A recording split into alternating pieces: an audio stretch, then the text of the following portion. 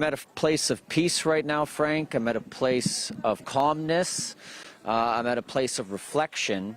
I'm at the intersection of 38th and Chicago. This is the spot where that deadly arrest for George Floyd happened, and it's become the epicenter of this communal aspect of taking care of each other and the emotions people are feeling, no more than shown right here. This memorial site on the side of Cup Foods to George Floyd with this beautiful mural. I've been coming to this intersection since Tuesday, and watching it grow each day as people come here to pay their respects is incredible. It's colorful. It brings a sense of calm that many of us haven't been feeling in the city when you see what's happening here. And another reminder, there is a curfew tonight. You've been watching everything around the city. That curfew uniquely has not been enforced, from what I've been told, at this intersection. There's been people gathering here all night. There are makeshift barriers of there's makeshift barriers preventing vehicles from driving through this intersection. I mean, not set up by anybody but the people of this community. Let's see. Please, I can't breathe. They're going to kill me. Hashtag justice for George. No justice, no peace. Say their names that you are going to recognize in the Minnesota community. Jamar Clark, okay? Eric Garner, Trayvon Martin, Ahmaud Arbery, Philando Castile, all the way back to Emmett Till. When we see all these names and hear these names, these are the reminders that although George Floyd is the name that's being projected right now, everyone that has come before him is also part of this movement of change for this community, for the African-American community, and the systemic issues that exist between law enforcement and how people of color are treated. He has become the catalyst over the past couple of days for this community.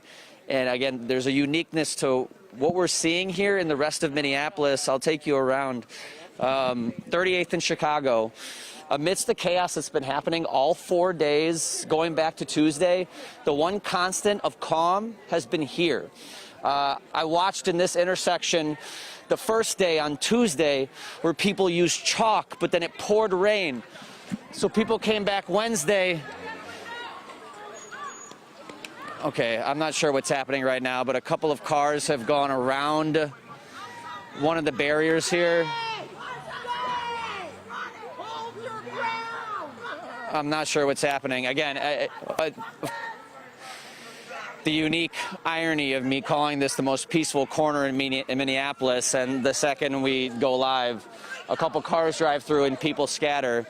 I think there's frustration from people that not only that these cars came through, that people ran. People have been standing here, of course, right before our cameras turned on. There's music playing. People are just leaning on each other. It's, again, a different feel at this intersection than will be experienced all across the rest of the city. As I was saying, Tuesday evening, this intersection, people did chalk artwork to explain how they felt. Well, it poured rain. So they came out here Wednesday with actual paint.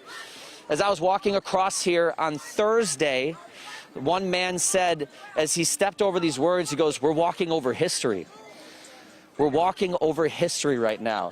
It makes me wonder if this intersection will be able to maintain all the changes that have happened to it to serve as that reminder going forward, that when these flowers are cleared, when the graffiti is painted over, if maybe that mural, and of course the paint here on this pavement, if it remains, it'll be that constant reminder for the days going forward. Let's continue on across Chicago Avenue right now. There have been large groups protesting here for... Sorry about that, everybody. You know, some people have certain emotions about everything that's happening. Showing you right here, this immediate area along the curb outside Cup Foods, this is where that deadly arrest occurred. This is where the memorial began, but the amount of flowers and posters has continued all across the sidewalk. If it was mid-afternoon right now, there'd be a table set up with people serving everyone food. There'd be people with grills around the corner. This has become, again, a beacon of calmness and peace for a community that has felt unrest all across the city, a place for people to lean on each other with all of those emotions that they're feeling, whether whether it be anger, frustration, pain. That's what I've seen here at this specific intersection. And it's something I think the community at large that needs to see. When you have those helicopters on high showing fires from above, they might overlook this portion right here. But people need to also remember there has been peaceful protests around the city of Minneapolis, and I think this has been the #1 spot where you would have seen it. And it tells you something that amidst this curfew, this is where people are still able to meet and not be hassled by officers. Because when we were peacefully walking with protesters at 8:30, 8:45, no one was rioting, no one was looting, and we were intercepted by those state patrolmen who then started shooting tear gas, and everyone was confused. While, albeit we were breaking curfew, everyone was being peaceful. Well, here we are at this intersection, breaking curfew, being peaceful, and it's gone untouched throughout the evening. So I think that says something about the spot where we're standing right now, not only to the community, but maybe some sort of understanding with law enforcement, some sort of unwritten rule about what happens here as they try to enforce that curfew around the city. There, Jeff. You know, the other thing on that, the other kind of thing to consider is that, you know, we were talking to Pat earlier about, you know, the amount of police that you need to stop the rioting for the last couple of days. And he's like, well, you know, there's a social contract in place, right? You have a city like Minneapolis, it's maybe give or take 300,000 people proper. I'm going to just say that one more time, Frank. I lost the signal on you, but I'll get you back in one quick moment. Yeah, no. What was you said Pat Kessler was saying what now? Well, I just think there's some unwritten rules when you talk about social contracts, right? Like, you know, we realized that we needed 4,100 National Guard troops to put an end to this, but we'd never have 4,100 troops on a normal police force. In the city of Minneapolis, you have 800 cops and it's 300,000 people because people follow rules and just behave, right? So the unwritten rule at this place is those flowers are laid out so orderly, those candles are laid out so there are people that might have gone through 38th in Chicago that could have lit buildings on fire and destroyed property and smashed windows, but when they get up there, it's like there's a contract in place. I'm not going to disrupt that place. Absolutely, and it's a contract that the community understands around here, especially because they're going to be the ones to protect it, and it appears to be a contract that law enforcement knows as well.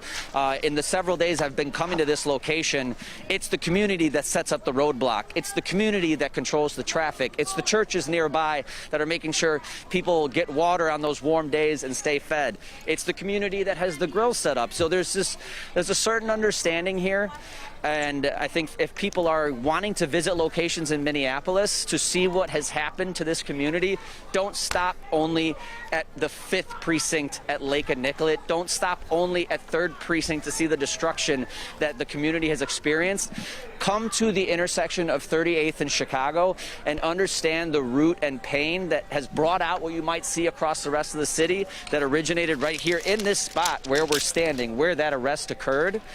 And again, it tells you that this community has kept it as it is to allow people to also share in those feelings when they need to. Jeff, I know when we came to you earlier, it was pretty calm. Anything going on across the street there? Are they starting? Frank, are they playing their music now? Again. If you can stick with me real quick. Sure. I don't know what the signal is doing to me real quick, Frank, but I'm still with you if you want to repeat what you might have been saying. It's Amelia. I just wanted to say, I know that when we came there to you, it was thank you. That's okay. It was relatively quiet. And then you said that earlier there was a little bit of music playing. Are they going back to that now? I know there was a little bit of a ruckus because somebody had broken the barrier. Yeah. I'm not sure. I think the fact that a couple vehicles passed through, I don't know what kind of confused the crowd here, and it sent some people running, but once they realized it might have just been some people breaking through who shouldn't have, it returned to how it was when I first arrived. And again, calm, peaceful. There's media here who aren't being hassled like they might have been by other protesters or law enforcement. It's just different in this area. Some people do feel angry, and that's understanding. But again, there's all types of emotions that are felt when people are standing here, and it's their choice on how to express it at the moment. But for the most part, peace and calm is how I would describe here. Quite a difference from where you were earlier, and you've ran the gamut of emotions and all that with protesters, haven't you, today? Yeah, I think one of the unique aspects was shock, because when people were being peaceful, that's when the tear gas came. That's when those things occurred. But ever since this began, you know, when that first protest happened on Tuesday, it was scheduled for here at 5 o'clock before things took a turn violently towards 3rd Precinct. Again, I came back here Wednesday, and we maintained showing everybody. We do have law enforcement at the coming on Chicago Avenue right now. Are they coming up to Again, break everything I'd everybody spoken up? about. It appears as though, you know, I will say that a good handful of officers wearing the riot gear have exited out of vans, and they're lining up. I can't hear so much what they're saying, if they're announcing anything on the loudspeakers. Sir, are you hearing them announce anything at this moment? How many people are around there, Jeff? Because Sir, I'm sure they don't mind 3 or 4. Have you seen law enforcement at all in this area since you've been here? Just now, I just got back here. We marched earlier, and they surrounded us on every block and shot at us on every block. And we stayed peaceful. We didn't loot. We didn't do anything wrong at all. They've been literally shooting at us since the beginning, and we've been peaceful the whole time. The guards just pointed their guns at us, passing by us, and I had to put my 2 fingers in the air saying peace. What made you want to come back to this spot after going everywhere else in the city? Why did you find yourself back here? Because we was told there was other people here being peaceful. We wanted to stand with them in solidarity. We wanted to stand with them. Look, see how this is what they do. This is what they do. Yeah, we do it. We have law enforcement coming from another direction now. You know, despite everything we had just discussed over the last few minutes, it appears things have changed when it comes to enforcement of curfew. And yeah, we're being shot at. I get.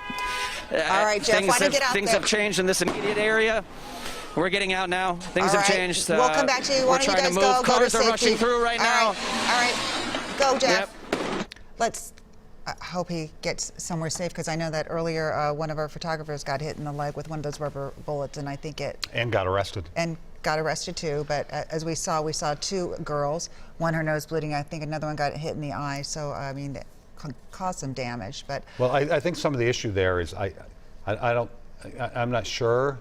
I wonder if they'd be okay if there were 2 or 3 people there. I wonder if they see 15 and they're like, we're not, you know the rules. The rules are 8 o'clock, you're done. And I don't know. I know, and it's but unfortunate. You look at this; it's unfortunate because people who go and they're the ones who are rioting and who are looting and who are starting fires, they have now taken away from these people who want to just have a peaceful protest. And we heard that gentleman who said he wants to stand in solidarity and just be there. So they've taken that away. It's a noble reason, and it'll be a legal reason at 7 a.m. But from 8 to 6 tonight, it's There not was a according curfew. to the new. Yeah.